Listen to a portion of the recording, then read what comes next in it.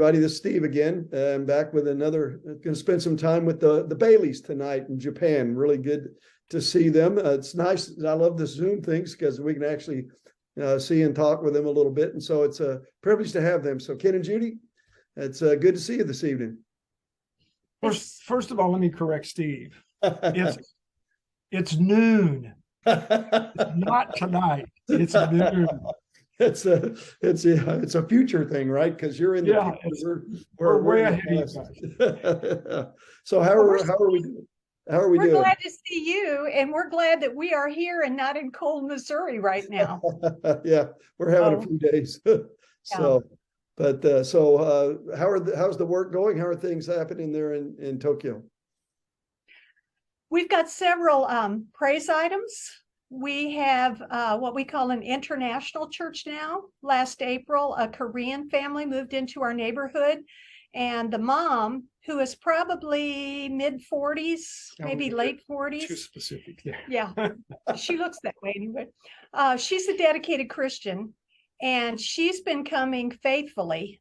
I mean, she's there all the time. And their youngest child is a college freshman. Yeah, and he's not a believer, but he comes with her all the time. Her husband lives in a different country because of his job situation, so we haven't met him yet. But we're excited to have Ansan. And then we have a Chinese, I'm sorry. And then we have a Chinese family who are probably in their early mid-40s with their 6-year-old son. They're both Christians. They moved right down the street from our church, and they are coming regularly. And recently told Ken they would like to join the church, and they want to be put on the church cleaning list, which is a very good sign. Yes. Very good. And so let's see. Then we've got a young American guy. I think he's 25 years old, named Chase, and his fiance. And she's Japanese. Yeah, and they've been coming recently. They're friends of some people in our church. They're both believers. But it's kind of fun to have these younger people come to our church. And then there is a couple who were coming early last year. Well, before Corona, they were coming regularly. Yeah. And Corona hit. They were not able to have a child, and they were trying. And then she got pregnant. And they had a little boy born last month, and they were so excited, and they contacted the church and said, we know it's because you're praying for us. And so they're going to bring the baby boy to church at the end of this month.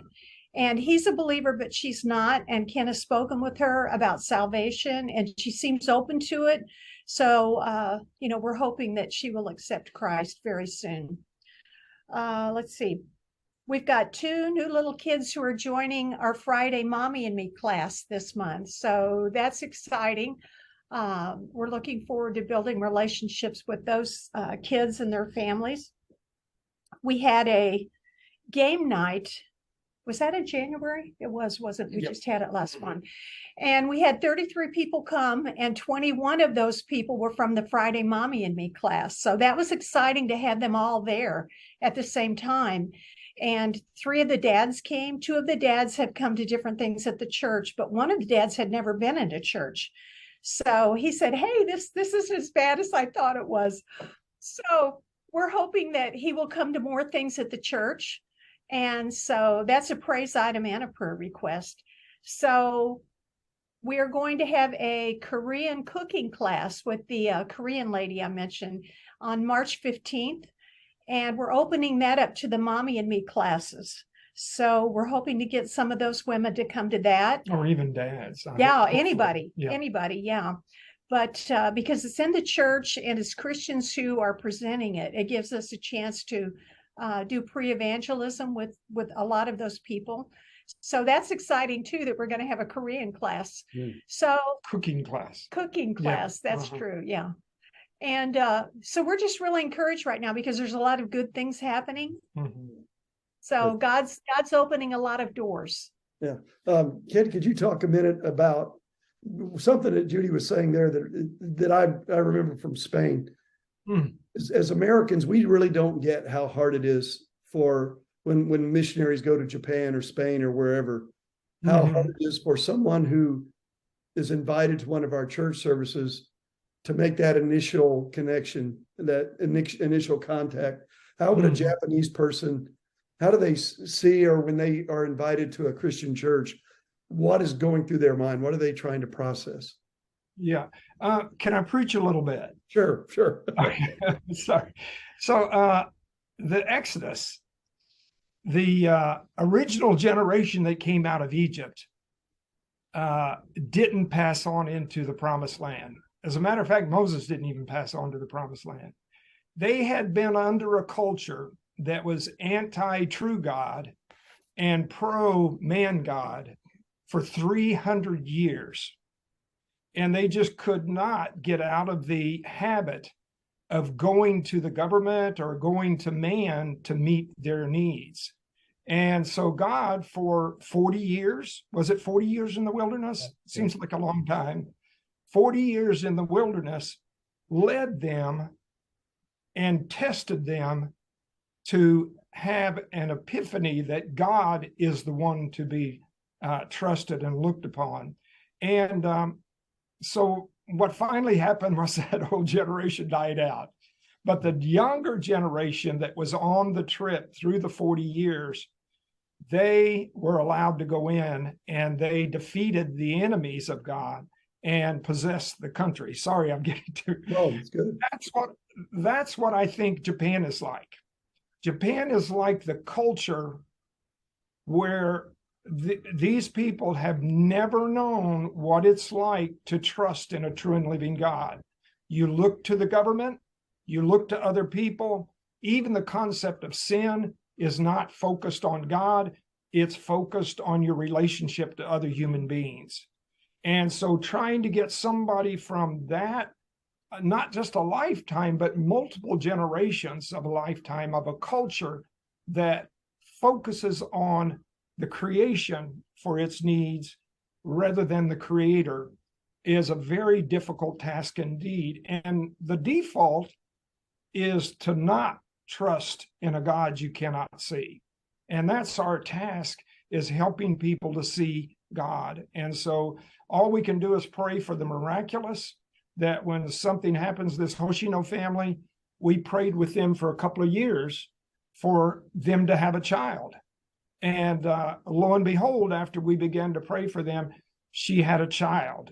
Now we're praying that God uses that miraculous feat in order to witness more to her and that she becomes a believer. But we face that constantly, that getting people to see God for the true creator and the provider that he so abundantly will if we just walk and obey him. Yeah, and that's, so I hope always, that wasn't too preachy. That was good. That was good. And it reminds us that we work with the Holy Spirit. I mean, we're the tools in his hands. He's the one that draws them.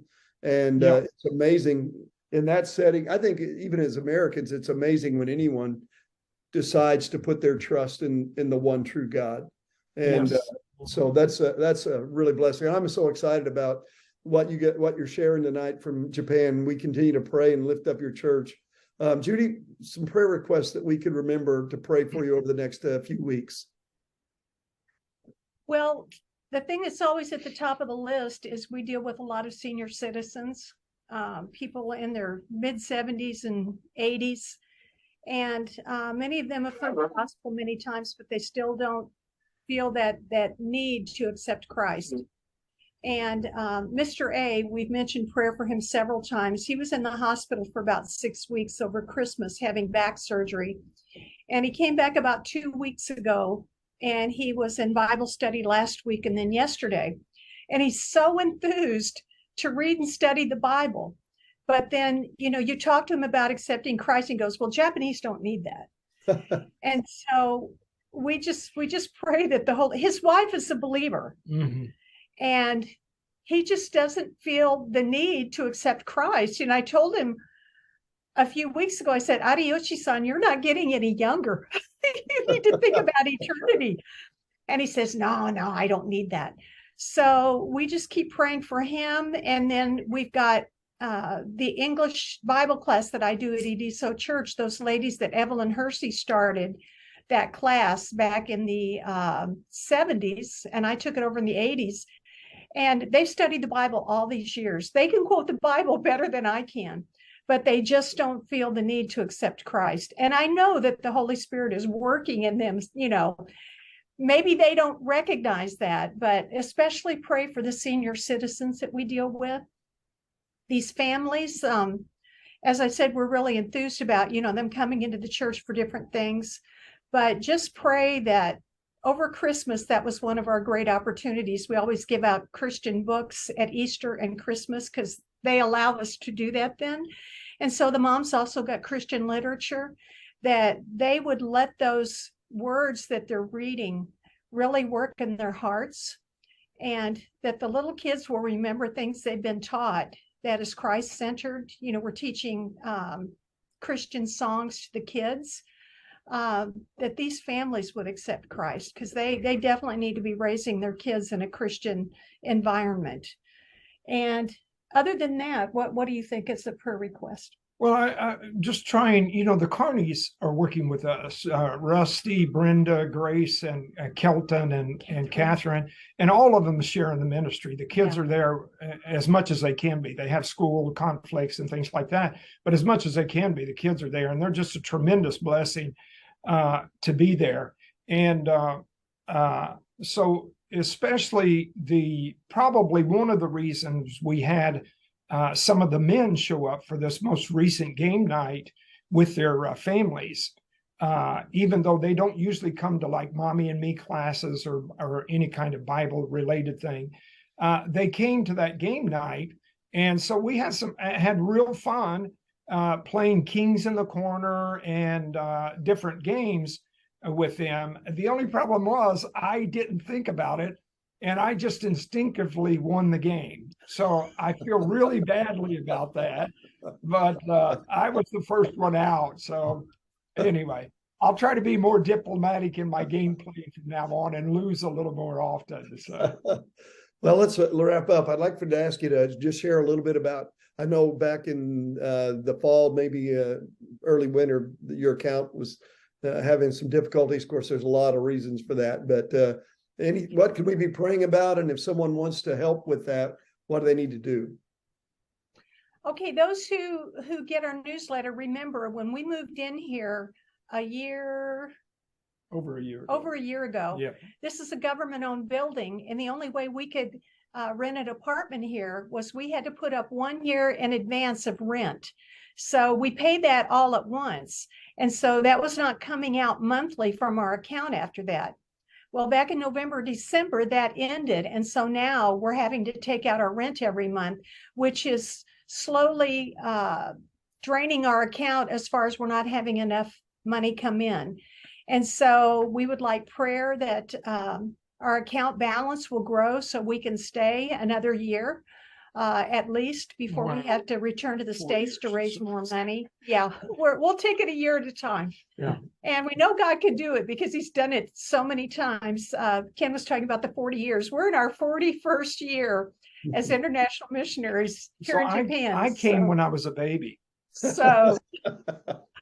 So that's a real prayer request for us, and we know that it can happen. Did you want to add anything? Well, we've that? been blessed to have really faithful support. The vast majority of our support comes out of Missouri. Yep. A lot of the Show Me plan, some of it from just individual churches taking on the part in the ministry here. And so we're just so thankful. And one of the things is right now, because we've been on the field for 2 years, we're pushing toward 2 years. Came back in September of 2021. Okay. So a year and a half. So about a year and a half, pushing toward 2 years. There seems to be a pattern where accounts, and we talk with other missionaries, where the support tends to drop off somewhat after 2 years, and then you kind of need to start raising support again. And so we're kind of at that position. We don't have enough coming in to meet our monthly needs, although we are having some special gifts given that we're just excited and thankful for. But you can't ignore those people who have faithfully given all through our ministry. I mean, for 40 plus years. And so we don't want to discount that, but we do want to say that if folks could bump up just a little bit, even a 10% bump up for us would make a lot of difference in that monthly cost that we have on the field. Yeah. Oh, that's Kojima Sensei. Well, that's good. I appreciate you sharing. And, that's, I know we have folks in Missouri that have been very faithful, and we have folks that can help with that need as well. And so really thankful for you. And so all these years representing Missouri, and thank you for that. Thank you for with the Show Me plan. Thank you for being a part of that. We're just so proud of you guys. That's such a blessing, and it has been for so many years. Yeah. Y'all have been on the Show Me plan from the beginning of the Show Me plan. Yep. And so that's we're just thankful that we can do that, and just pray that it grows and God continues to bless it. But anyway, I wanted to just thank you guys tonight. Thanks for spending some time with me, and we'll look forward to doing this again here in a month or two. Okay. Okay. Thank Sounds you all good. so much. Thank you, Steve, for all you're doing, and you and Linda both. We can't tell you how excited we are to have you guys at the helm there. Well, And so thank you so much. Well, thank you, and we'll look forward to seeing you again soon. Think of us every once in a while, if while we're freezing here in Missouri. So Yeah. we love you guys. We'll talk soon. All right. Love you guys too. Love you guys. Bye-bye. Bye-bye.